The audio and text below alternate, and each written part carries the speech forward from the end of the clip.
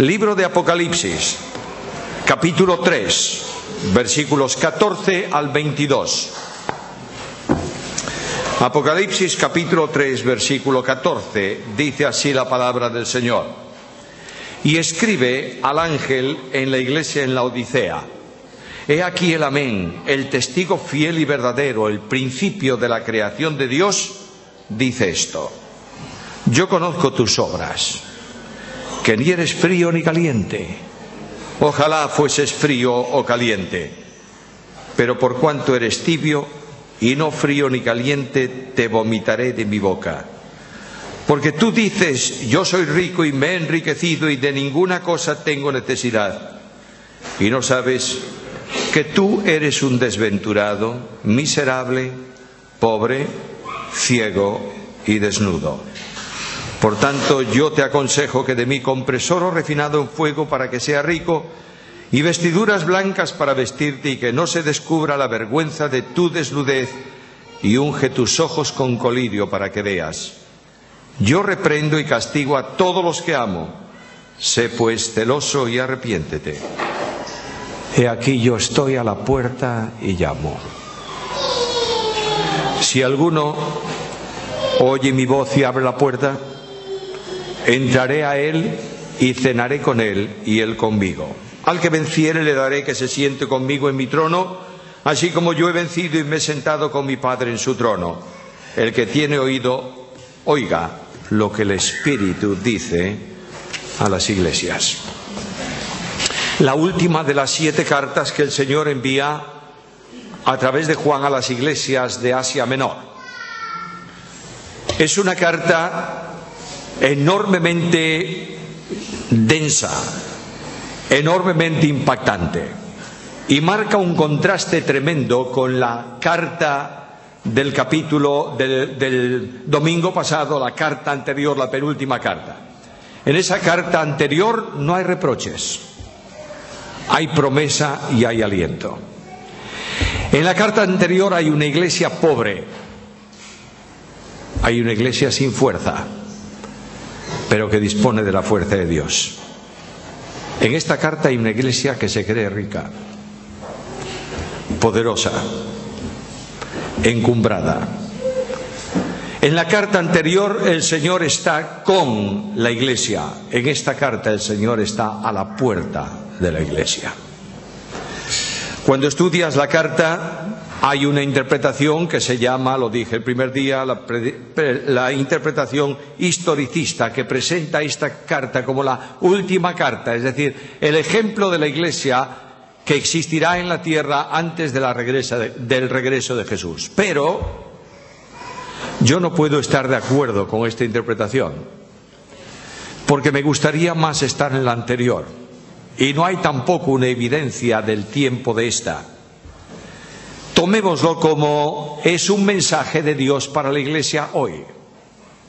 No importa qué iglesia sea, ni cuál sea la circunstancia, el Señor advierte a la iglesia hoy lo que advierte a esta iglesia hace prácticamente 2000 años, para decirle a la congregación sentada aquí esta mañana: he aquí, estoy a la puerta y llamo.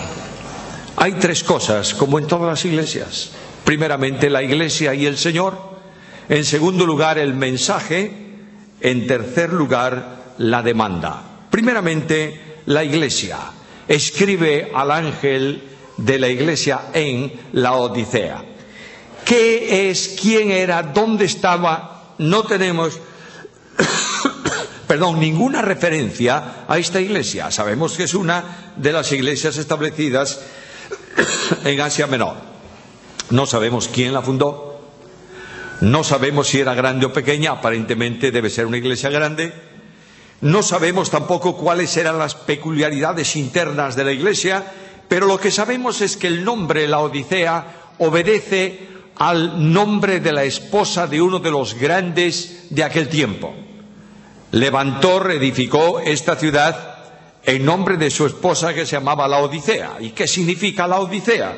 Bueno, Laodicea es una palabra compuesta de 2 voces, laos, pueblo, y tique juicio o gobierno, de modo que podría significar perfectamente el gobierno del pueblo.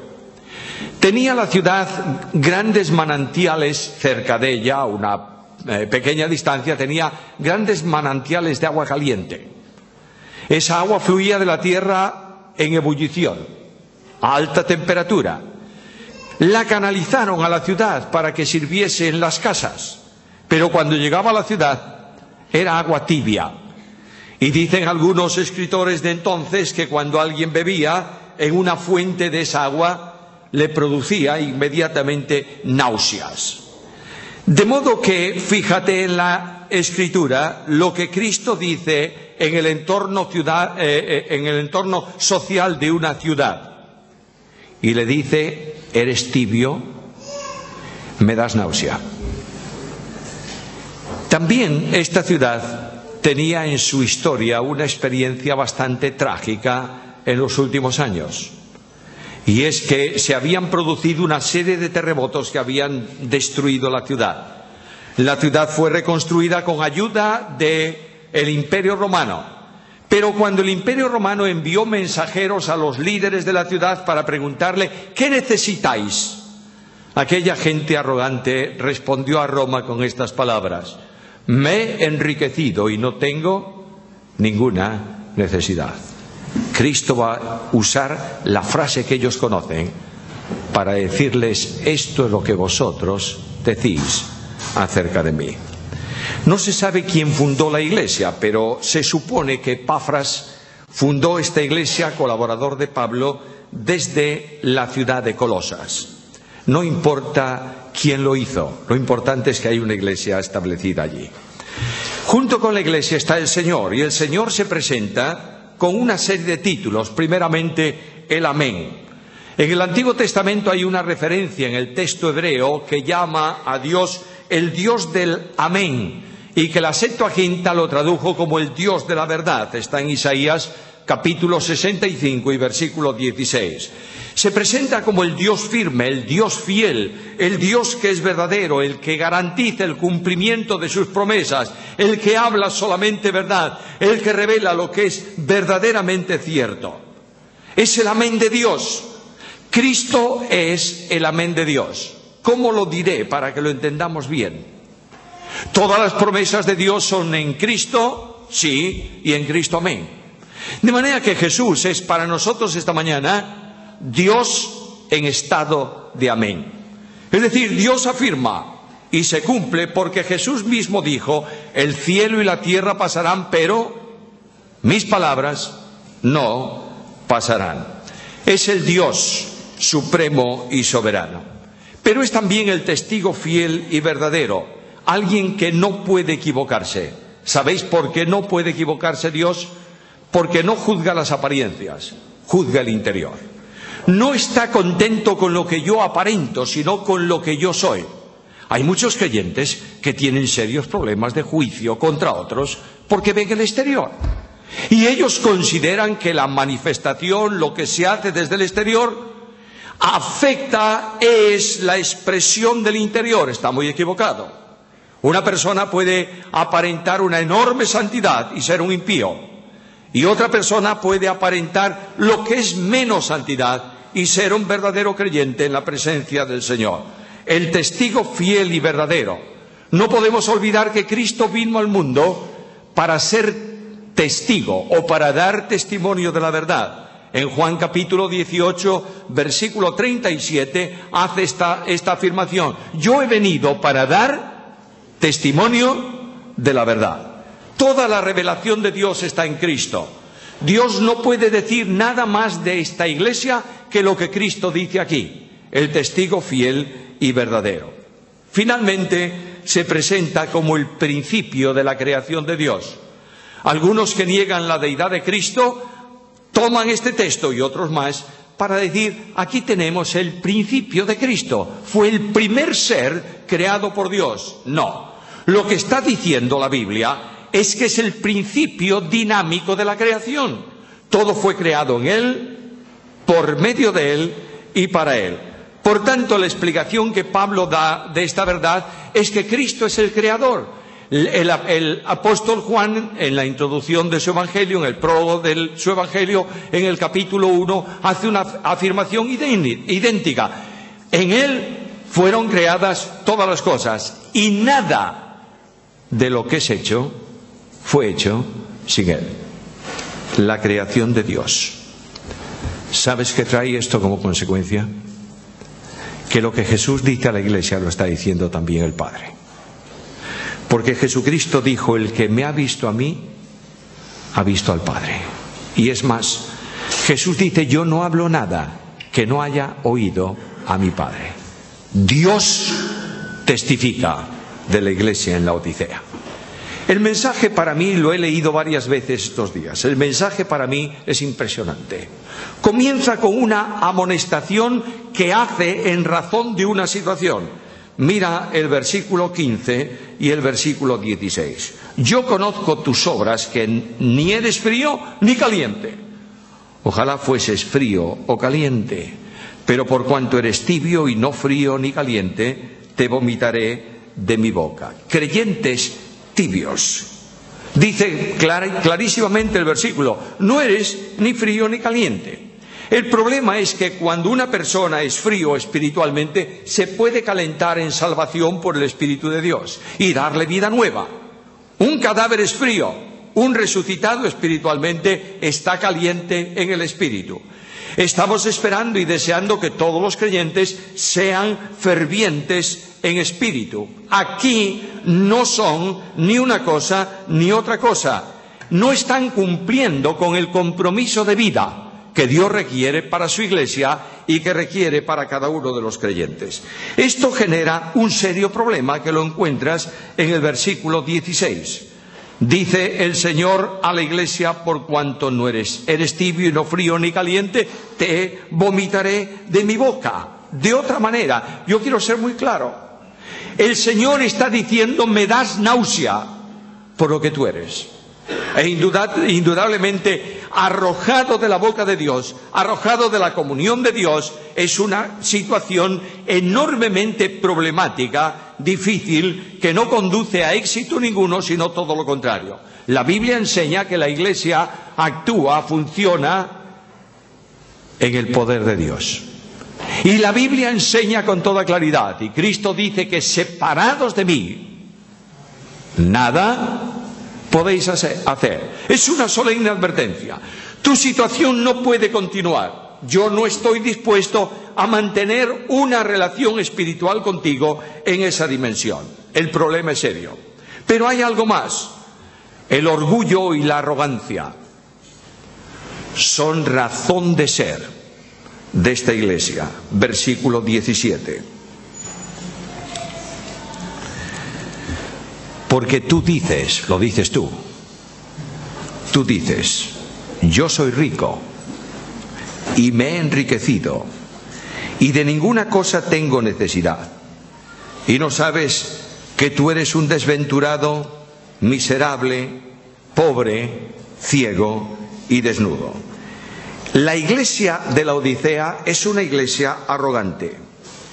No se sienten pobres, por tanto no van a pedir nada. ¿Por qué? Porque no lo necesitan. No están dispuestos a decir, como en la oración de Cristo: el pan nuestro de cada día, en sentido espiritual, dánoslo hoy.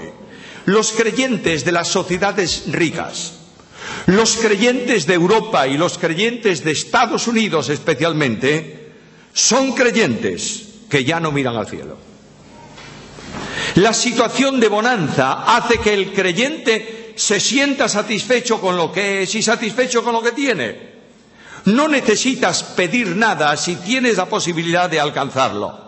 Indudablemente no sabemos mucho de la situación de esta iglesia, pero en el contexto social era una ciudad con riqueza bancaria, era una ciudad con industria de tela, era una ciudad que fabricaba un colirio para los ojos muy especial, por tanto era una ciudad rica.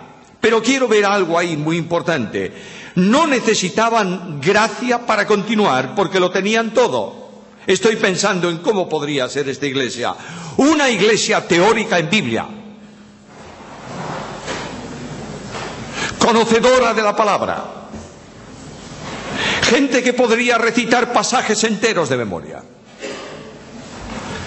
Personas que duermen seguros en sus perfecciones y no se dan cuenta que el Señor está a punto de vomitarlos de su boca. Me asombra ver un mundo de iglesias tradicionales que viven de la historia y del pasado. Me impacta un mundo evangélico en España y en Galicia más que en otros lugares, en donde los creyentes pueden definir a Jesús, definir el Espíritu Santo, definir la palabra, definir la iglesia, definir a los ángeles. Conocen la Biblia, pero viven al margen de la Biblia. Y Cristo está diciendo a la iglesia: tienes, pero no tienes. Una iglesia orgullosa. El segundo aspecto es una iglesia tan arrogante que dice: nos hemos enriquecido. ¿Cómo es esto? La iglesia no se puede enriquecer a sí misma. La riqueza de la iglesia procede de la gracia. El poder de la iglesia de la palabra y del Espíritu Santo de Dios. La riqueza de la iglesia, la dinámica de la iglesia, de Cristo Jesús el Señor, cabeza de la iglesia. Esta iglesia era una iglesia con gente muy parecida al fariseo en el templo que oraba al Señor diciéndole: te doy gracias porque no soy como los demás hombres. Estos publicanos no tienen razón de ser y vienen a orar. ¡Qué vergüenza! No quiero ni rozarme con ellos. Hermanos amados míos, hay cientos de personas en el mundo evangélico en España que se sienten perfectos, ignoran a sus hermanos y desprecian al pueblo de Dios.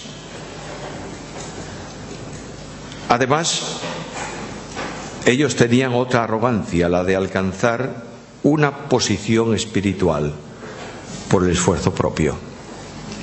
Cuando tú quieres llegar a ser algo por ti mismo, estás cometiendo el pecado más grande, porque no reconoces la dependencia con Jesús. La culminación de la soberbia está ahí en los versículos. Permíteme decirla muy rápidamente. No quiero extenderme mucho. De ninguna manera tengo necesidad. Estos habían llegado a todo. Pero cuando yo leo la biografía de Pablo, oigo a Pablo que dice, lo veíamos esta mañana en la clase bíblica: no lo he alcanzado. De modo que Pablo no lo había alcanzado, pero estos tenían todo. Una iglesia llena de sí misma, pero carente de Dios. Cuando Dios ve esto, va a decir algo muy serio, muy solemne a la iglesia, y dice: lo que tú crees es mentira.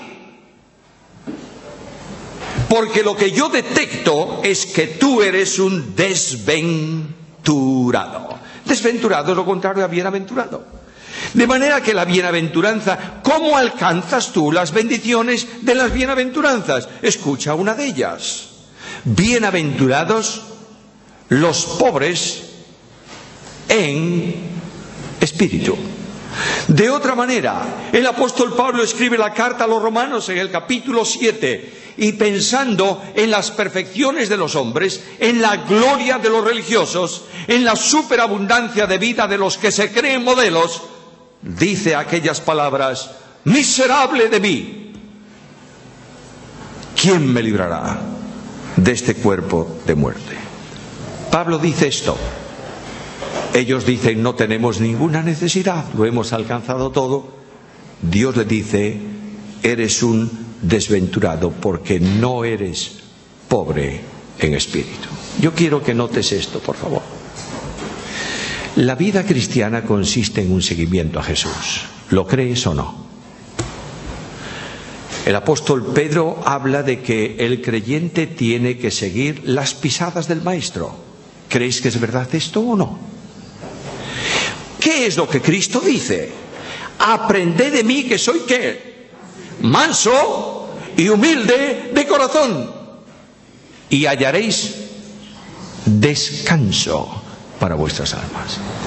La inquietud de muchas iglesias, las luchas internas en ellas, la conmoción de creyentes con creyentes, la falta de descanso, es evidencia que no estamos siguiendo a Jesús. Aprended de mí que soy manso y humilde de corazón. Dios dice algo más. No solamente eres un desventurado, eres un miserable. De manera que aquellos que creían que no tenían ninguna necesidad, Dios los llama miserables.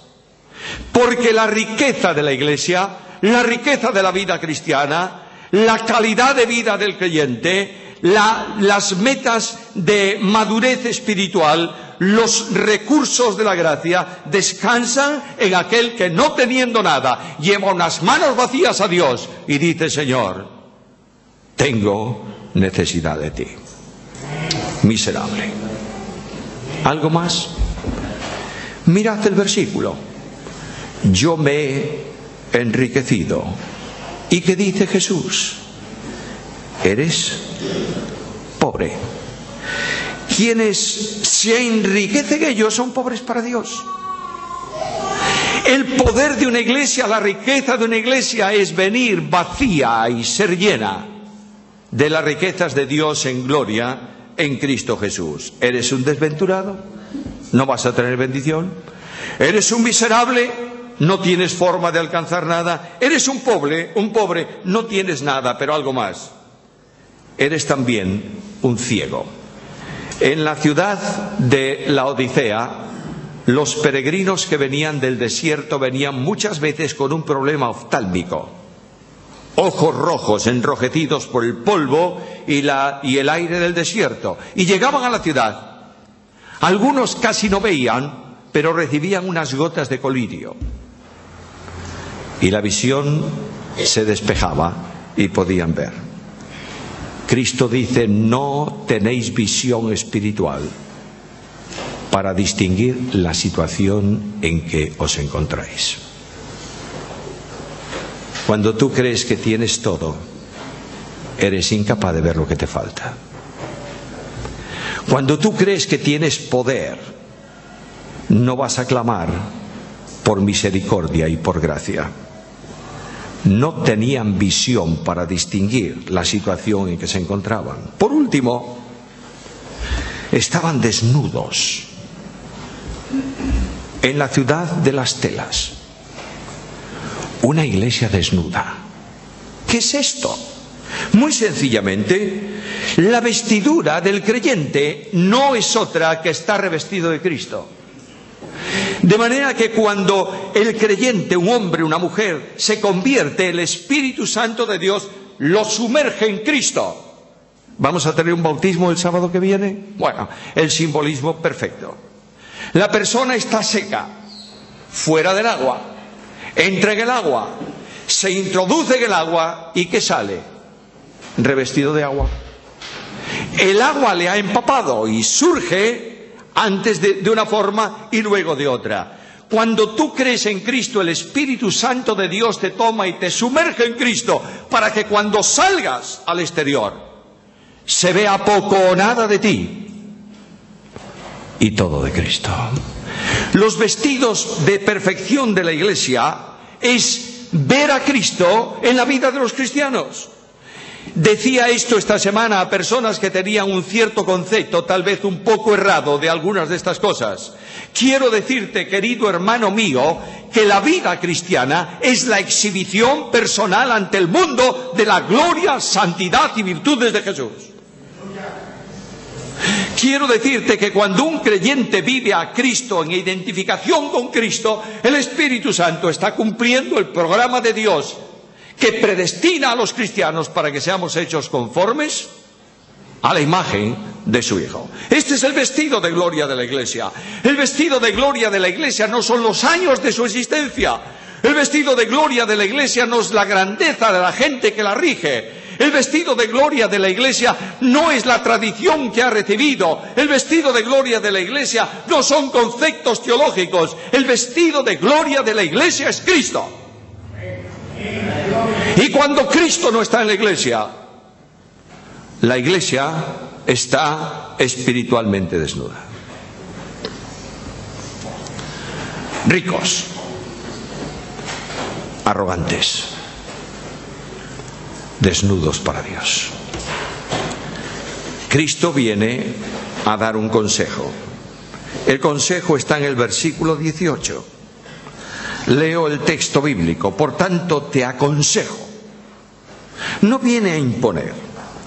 El Dios de la Biblia no obliga nunca a nadie para que haga lo que no quiere hacer. Pero el Dios de la Biblia dice aquí: yo te doy un consejo, tómalo porque soy yo el que te doy este consejo. Primero, compra oro para que sea rico. ¿No te llama la atención esto? De modo que son pobres. ¿Cómo va a comprar un pobre oro? ¿Cómo va a comprar oro un mendigo que no tiene nada? Además de esto, ninguna de las riquezas de Dios pueden comprarse. Él las da soberana y graciosamente al que las pide. Por tanto, aquí hay algo extraño. Y este asunto se resuelve fácilmente como un llamamiento a volver a la gracia sin condiciones. Escucha Isaías: a todos los sedientos, venid a las aguas. Ahora escucha: y los que no tienen dinero, venid, comprad y comed. Venid, comprad sin dinero y sin precio. ¡Qué fantástico es Dios! Dios no quiere que tú compres nada de lo que Él da, porque Él te lo da. Pero lo que quiere es que tú vengas sin nada para adquirir aquello que no tienes. Es un llamado a la Iglesia a un retorno a Dios. Es un llamado a la Iglesia a parar en el camino por donde va y a retroceder en otra dirección. Es un llamado a la Iglesia para que busque recursos de poder en el único que los tiene, que es Cristo mismo. Hermanos amados míos, mis queridos hermanos, el Señor es testigo. Sabe que digo verdad. Que no pasa un día en que Susana y yo no estemos orando por la Iglesia Unida. Quiero decirte que esta Iglesia necesita sin condiciones volver a Dios en un encuentro personal con Cristo. Llama a Dios a un vestido. ¿Qué dijo antes? Estáis desnudos. Vístete, por favor. ¿Te atreverías a salir desnudo a la calle? No, solamente un loco. Pero mira lo que dice aquí. No solamente compra oro y entonces será rico, sino compra vestiduras blancas. Las vestiduras blancas son los vestidos propios del creyente. ¿Y cuáles son? Es precisamente las obras buenas que el creyente realiza, el testimonio que el creyente hace. Será revestida la Iglesia de las acciones justas de los santos. Vestidura santa significa vestidos de santidad. La santidad es el enemigo más grande, la no santidad es el enemigo más grande de la Iglesia. La vida cristiana no es una vida para vivir en santidad opcionalmente. La única manera de vivir la vida cristiana es santidad. Y una de las cosas que la Iglesia tiene que hacer énfasis continuamente es que los creyentes que se llaman creyentes vivamos en santidad. Y vivir en santidad no es vivir en normas. Vivir en santidad es vivir a Cristo. Me sorprende mucho cuando voy a algunos lugares, muchas veces Susana y yo lo comentamos también, me sorprende mucho la liviandad que hay en muchos líderes de muchas iglesias. Bueno, si reprimimos esto, ¿pero es pecado o no es pecado? Bueno, ¿es contrario a la Biblia o no? Sí. Entonces el gran problema es que en la medida en que permitamos lo que la Biblia prohíbe, estamos impidiendo que el pueblo de Dios distinga la vida de santidad. Escúchalo, por favor. Si estás haciendo algo por lo que no puedas dar gracias a Dios, estás en pecado. Si estás practicando algo que no sea correcto, permíteme poner un simple ejemplo. Si estás hablando mal de un hermano, ¿puedes decir a Dios en ese momento: Señor, te doy gracias porque estoy hablando mal de mi hermano? ¿Puedes? No estás viviendo en santidad. Y una de las grandes necesidades nuestras es que el pecado ha producido una auténtica tragedia y ha arruinado el poder de muchas iglesias. Y además compra colirio. ¿Para qué? Para que puedas ver. Visión espiritual, discernimiento espiritual conforme al propósito de Dios. Esa visión clara solo es posible mediante la unción del Espíritu Santo. La iluminación para conocer a Dios, para comprender a Dios, para entender la Biblia, es solamente posible por la acción del Espíritu Santo de Dios, que conoce todas las cosas íntimas de Dios. Y la advertencia de Cristo en el versículo 19, y voy a terminar, es precisamente una advertencia solemne cuando dice: yo reprendo y castigo a todos los que amo. Sé pues celoso y arrepiéntete. Es decir, vuelve a mí. La carta se cierra con un texto impactante. Se ha usado muchas veces para la evangelización, como aplicación. Pero no es para pecadores perdidos, es para la Iglesia. Y el Señor dice a la Iglesia: he aquí, estoy a la puerta y llamo. La idea que hay aquí, especialmente en el texto griego, es algo muy denso, muy importante. Jesús viene a la iglesia y le dice: no habrá alguien que abra la puerta de la restauración espiritual. En medio de una congregación que se siente orgullosa de lo que es, tiene que haber algún pobre en espíritu que diga al Señor esta mañana: Señor, tú llamas, yo te abro. No quiero que tú pases de largo en mi vida. Yo sé, Señor, que muchas veces tú estás a la puerta de la iglesia porque la iglesia es suficiente para organizarse, para gobernarse a sí misma, y no tienen en cuenta tu persona. Pero yo quiero esta mañana abrirte la puerta de mi corazón en comunión contigo y decirte: Señor, entra y gobierna mi vida. Puede ser que la iglesia permanezca en silencio y alejada, pero la responsabilidad personal es tuya y mía esta mañana. Dios llama a la iglesia, pero la respuesta la exige del individuo. Dios viene a nosotros para darnos una promesa: al que venciere, le daré que se siente conmigo en mi trono. ¡Qué bendición!